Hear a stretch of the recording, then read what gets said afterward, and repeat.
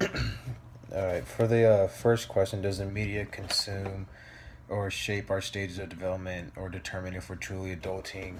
And for that, I said yes, it does. Like what we watch and what people watch does have an impact on like their development. Like if you were to watch SpongeBob or kid shows, the language you speak or like the way you act would be more of like childish instead of if you watch like documentaries or stuff that like has like bigger vocabulary or something in it.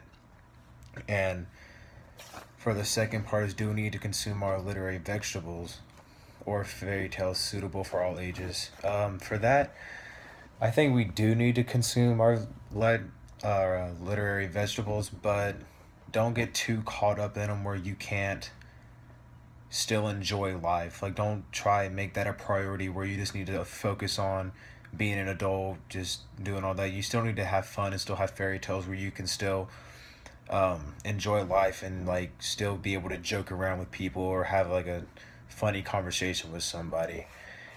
And then for the second one on the A.O. Scott's depiction of declining on traditional masculinity, is it convincing? And I said no, because you can't blame the decline of masculinity for the decline of adulthood. And some of the things that I got out of this is like the vocabulary and the shows used in this article are hard for younger millennials to understand because like for me, I know I haven't seen any of those shows. So trying to compare to those shows, like you have to Google what the show is, Google what it's about, which makes it a lot harder. And there is some relationship between the decline of masculinity and the decline of adulthood, but it isn't.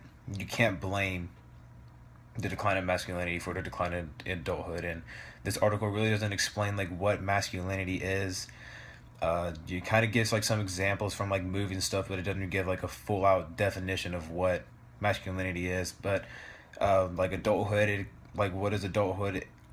It is answered in the article, but masculinity isn't during this article. And I think this article, it's a good article if you to read, but just for younger millennials it's more difficult. The language in it is a lot harder for us to understand, and the shows used in it are like shows that probably none of us have ever watched before.